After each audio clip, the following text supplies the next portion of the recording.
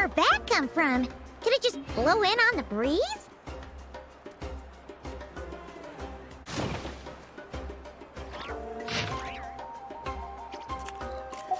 Oh, it's from the tone-deaf bard. Apparently, he wants to hear all about our adventures in Not Cry. Maybe we can get some tasty treats out of him in return.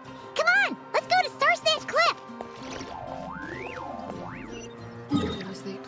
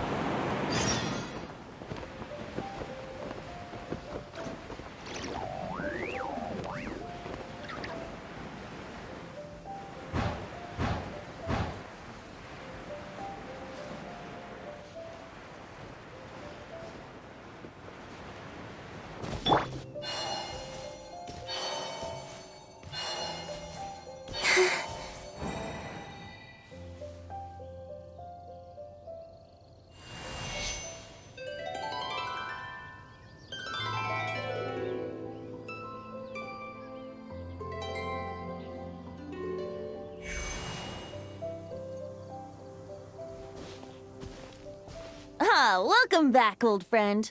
And how should I be addressing you these days? The honorary knight of Mondstadt? The Tumaini of Natlan?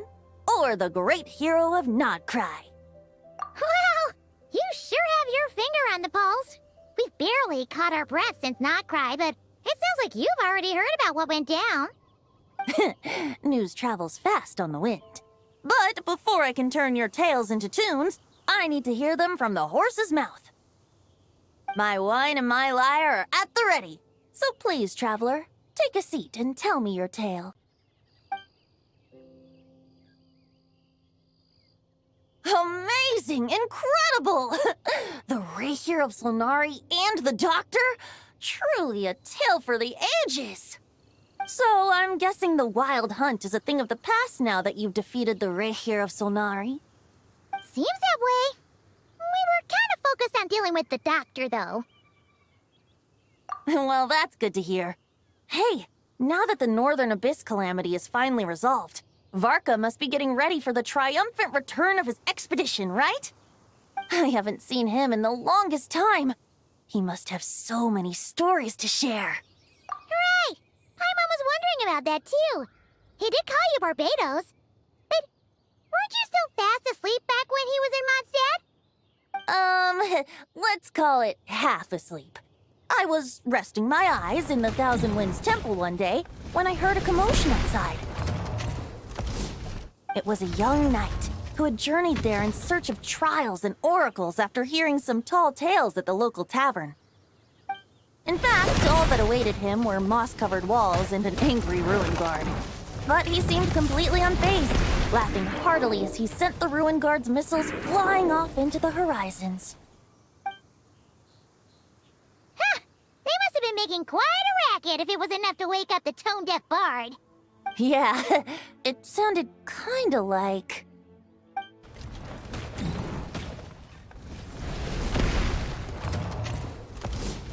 Hey! Is that all you've got? Oh, bring it on! like that.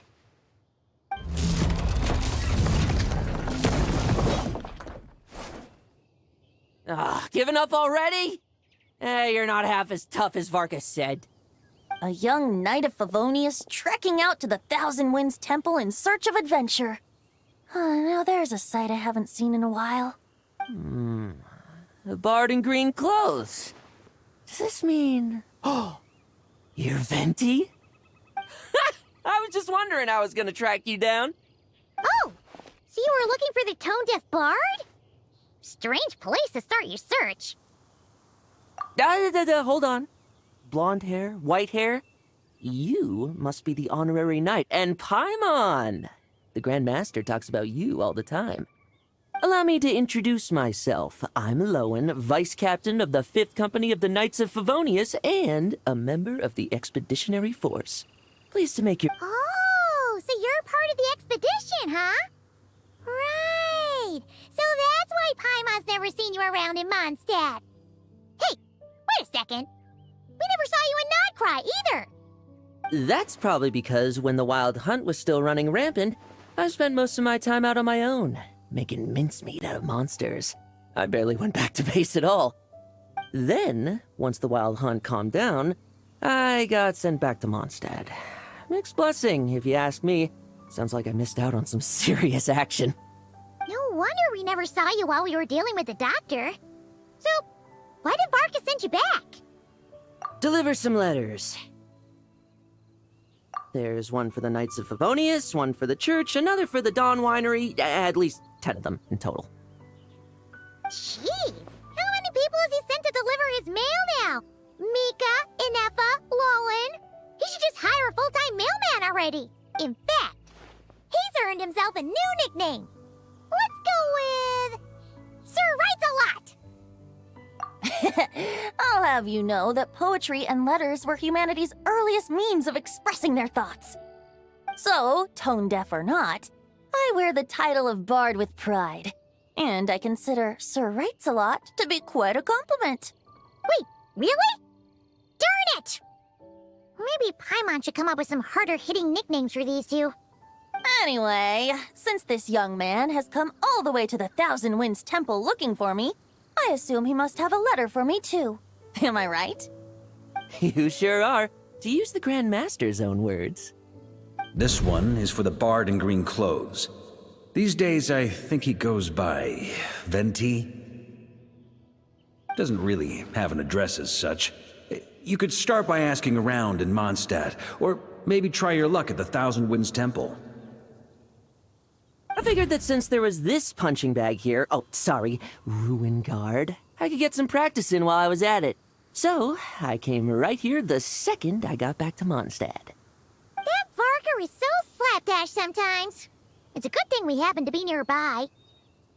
Oh, he also said to remind you to write back.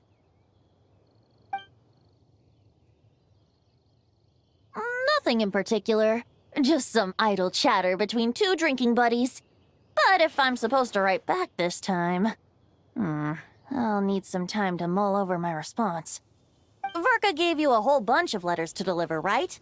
Maybe you can head into Mondstadt and deliver the rest of them first? My thoughts exactly, assuming I can find the way. Hopefully the roads haven't changed too much since the pre-expedition days.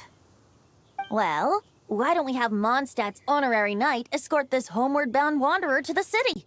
I'm sure some of the recipients of Varka's letters will turn out to be old friends of yours, too. Let's go! It's been a while since Paimon's done any guide work. Thank you so much, honorary knight. And you, Miss Guide.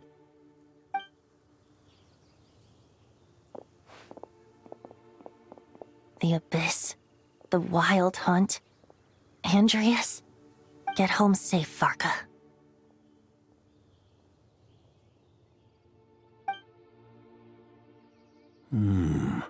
Why do my ears feel so hot all of a sudden?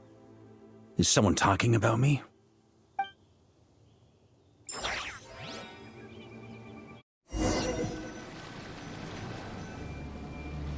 Surely there's no way anyone found the secret stash of cash in my office. That would be Grandmaster! Bad time to get distracted. Watch out! Enemies approaching! Huh? Oh, it's just a few stragglers. They're no real threat to us. This expedition is almost over. We just need to deal with these final few targets, and then... we will make our triumphant return!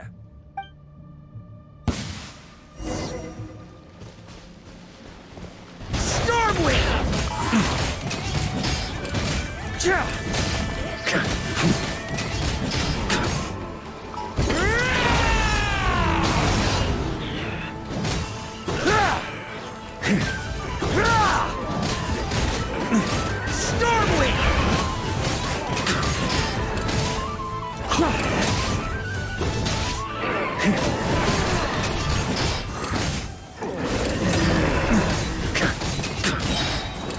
Maria sweeping in!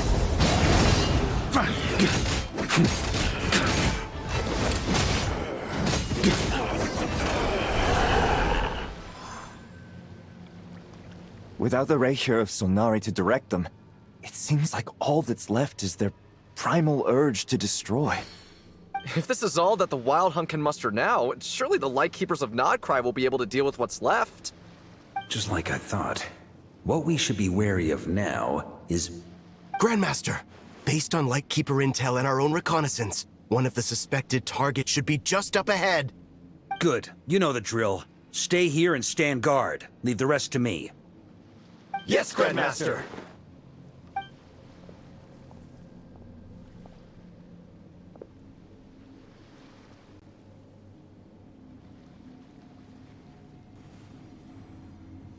We meet again, Andreas.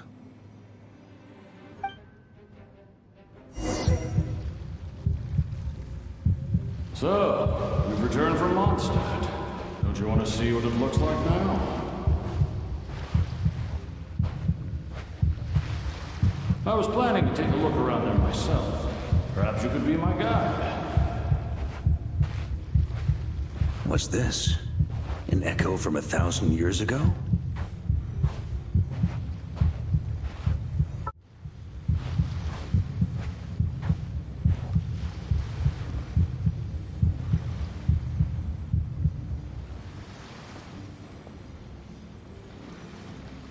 Everything seems normal so far. Here's hoping I'm just overthinking things. There are 2 other places to check. Maybe this will all go smoothly after all. It's your turn, my friend. Come, Andreas!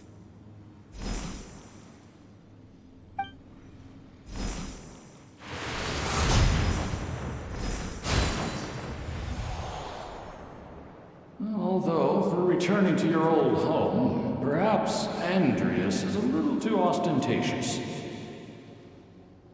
Might be better to go by... Boreas. Huh?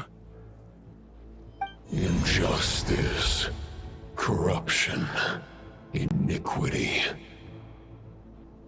Is the surface world still as wretched and foul as ever? Answer me, heir to the knighthood of Boreas. Looks like I'm not getting out of this without a fight.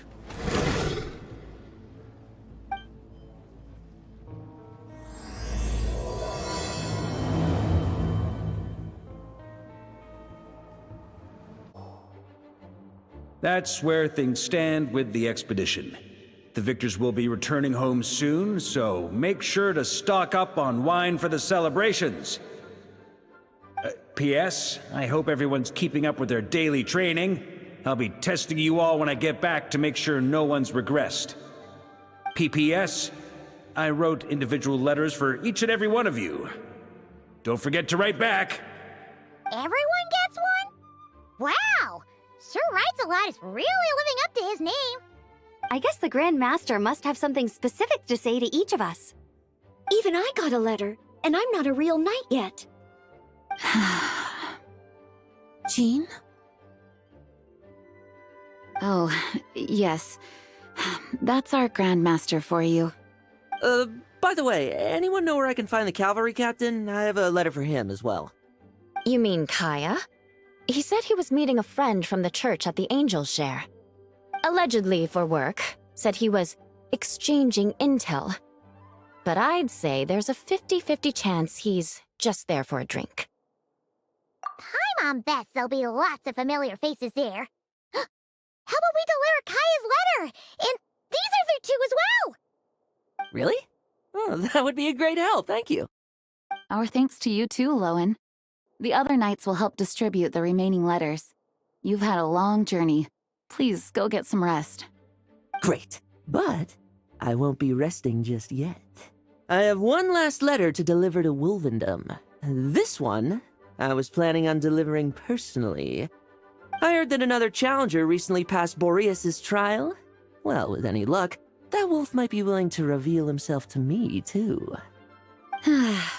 Very well, but please remember to show respect to the local wolves. I will. Goodbye.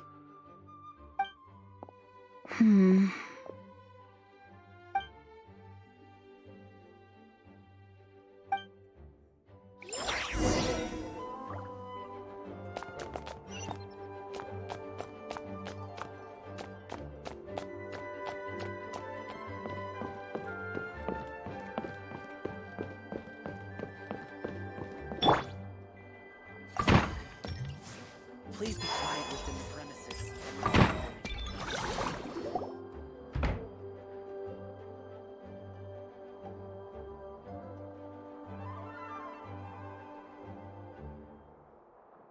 Honorary Knight, you're still here? Is it that obvious? Huh? But Varka's coming back. The situation in Noctri is stable.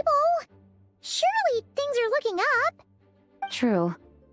From what you and Lowen have told me, the expedition has indeed accomplished its strategic objectives. It seems that Mondstadt no longer faces any threat from the perils of the North, be they the Wild Hunt or the Doctor. And yet, for some reason, I can't help but recall something the Grandmaster said to me before he left. If I don't make it back from this expedition, you'll have to assume the mantle of Grand Master of the Knights of Favonius. If it comes to that, remember to train the next Knight of Boreas in my stead. I've planted some promising seeds in Mondstadt, but they still need time to grow. Some have yet to master the art of social interaction. Some don't yet understand that they too need protecting. And some, well, some might not even want to be a knight yet. What's wrong? Well, there's no need to frown. I'm going on an expedition, not marching to my death. This is all just a contingency plan in the event that I'm unable to return. Until I return, I leave them in your care. The lineage of the Knights of Boreas has nearly been extinguished twice in Mondstadt's history.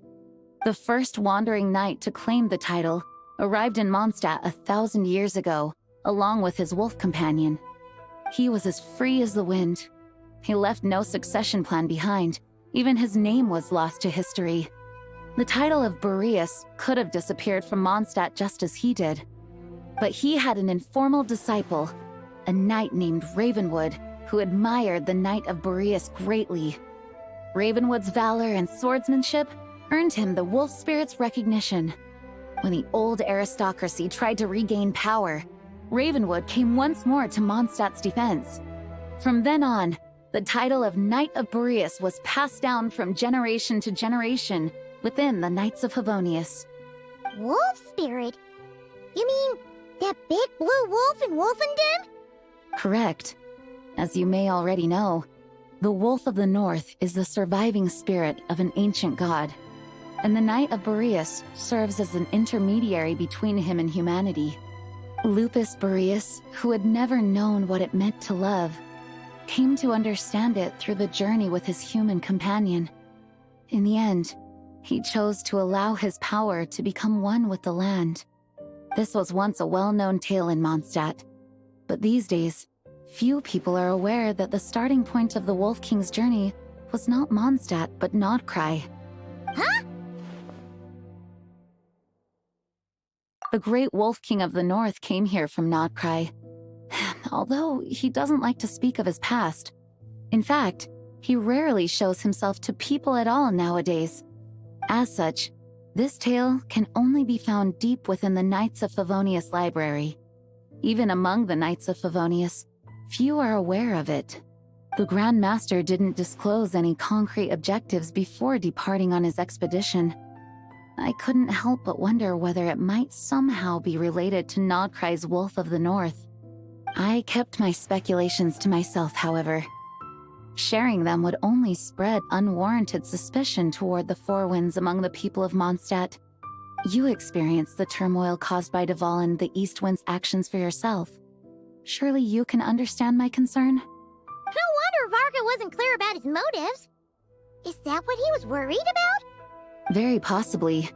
He was probably also reserving judgment. Having heard about your experiences in Nodcry, I now suspect that the Grand Master hadn't yet ascertained the true identity of our enemy at that time. And as it turns out, the calamity born in the north wasn't an ancient god, but rather the Wild Hunt and the Doctor. I guess we were both jumping to conclusions. Yes, I completely agree. The tide can turn rapidly in times of battle. It's a leader's responsibility to prepare for every possible contingency. Even if his contingency plan never needs to be put into action, I'm sure the Grand Master is relieved to know that it's in place. May the Anemo Archon protect you.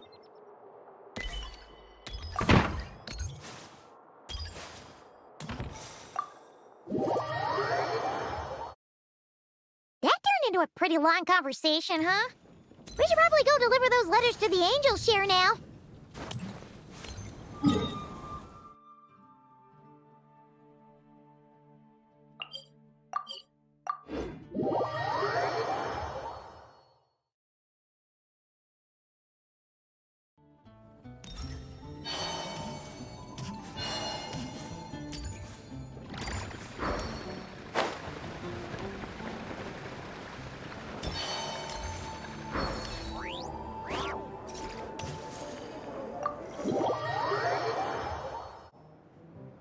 When you're mixing drinks in hot weather, start by pouring in cold water and add ice cubes.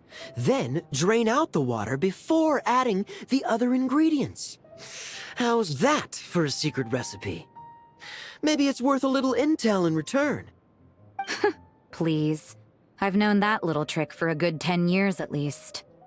You'll have to offer something a little more substantial if you're serious about trading. I know there's no one else in the tavern right now, but do you two really need to talk so loudly? Especially if you're supposed to be exchanging confidential information. Kaya! Rosaria! D-Luke! Paimon knew we'd find you here. Looks like it's about to get even noisier. A little liveliness never killed anyone. Traveler, Paimon, what brings you our way? Please allow me to once again express my sincere condolences regarding your late father and the incident with Eric. We make absolutely no excuse for his crimes. I hope you will give some serious consideration to the question I asked you before I left, though I'm sure you're tired of hearing me ask by now. The Knights of Favonius will always welcome you. From the look on your face, I'm guessing the Grand Master is still refusing to drop it? He nags like an old man. It's hardly surprising. Huh? Drop what? What's this about? Nothing, really. Before leaving on the expedition, Varka came here to chat with me over a drink. I failed to avoid him. He, asked me if I'd consider rejoining the Knights of Favonius, and I declined. He expressed his regret about everything that happened, and asked me to reconsider. Yeah, right. Sounds like you skipped a lot of details. There's clearly more to it. Whatever details I chose to omit are in the past. Dragging them back up now serves no purpose. You say that now, but back then, you couldn't let it go. You and the Knights of Favonius were constantly at odds. I wasn't seeing the full picture. I've had a lot of time to reflect since then. But my answer remains unchanged. I'm not rejoining the Knights of Favonius. Both the Grandmaster and the acting Grandmaster are too upright and honorable. I can't see the shadows that lurk beneath them due to the size of the organization they lead. They need someone on the outside to keep watch vigilantly. If I had a Mora for every time I've heard you repeat that argument. I actually don't disagree with the first part of what you said, but don't you think someone can keep tabs on things from the inside? When you join an organization, you're bound by its rules, no matter how free it may seem on the surface. You think so? Never mind the Knights. Have you honestly ever been bound by the rules of the Church? Good question. Have you considered that maybe that's why I chose to join the church and not the knights to begin with? Are they arguing or not? It's kind of hard to tell. Oh, kind of like the contingencies Jean was talking about. The more ways they have to protect their home, the better. Huh? Traveler?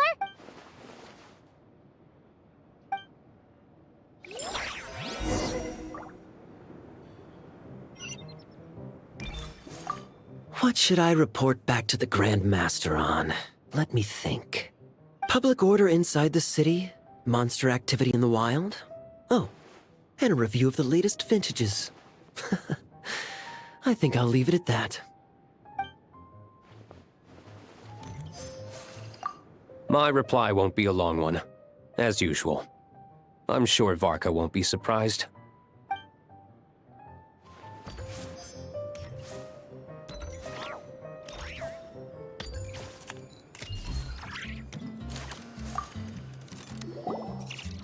If you hadn't had to deliver that guy's mail, you wouldn't have been subjected to all this tedious arguing. When I write— It's no trouble. Lowen did most of the work. We just volunteered to do the last leg of the journey. Mostly so we could come say hello. So you see what's really going on here? All three of us fell for that old rascal's scheme far too readily. Huh? Scheme? What do you mean? Was Varka lying in his letters then? No.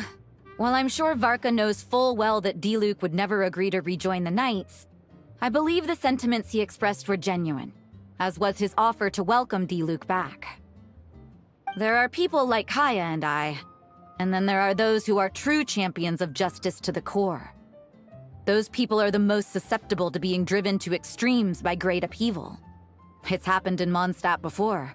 Not only that, but it happened to a Knight of Boreas. That'll really hit home for Varka. And that's why his nagging is even more persistent than usual.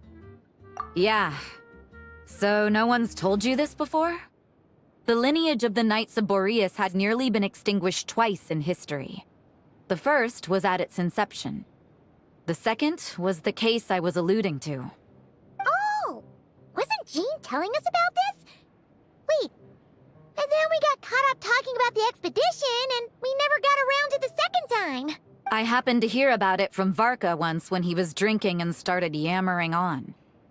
The second crisis in the Knights of Boreas lineage. It was 500 years ago. Although the Knights of Boreas are meant to be intermediaries between humans and wolves, in practice, very few of them have been truly recognized by Lupus Boreas over the past millennium. Of those who have, the best known are the first Knight of Boreas, Ravenwood, the wolf pup Rostam, and Varka himself. But 500 years ago, there was one who earned the respect of Boreas even before gaining the title. He was a disciple of Rostam. They thought he would become the mightiest Knight of Boreas who ever lived. He was the perfect knight. Righteous, principled. His name was Roland, the blood-stained knight. Yikes! Bloodstained Knight? That sounds a little ominous. Well, apparently his original title was the White Knight. But he lost countless comrades during the Abyssal Calamity 500 years ago, including his tutor and mentor, Rostam. The endless bloodshed stained his sword and armor a crimson as deep as black, transforming the White Knight into the Blood-Stained Knight. After that, he threw himself completely into battling monsters, leaving Mondstadt and the Knights of Favonius behind. To this day, no one knows his final whereabouts.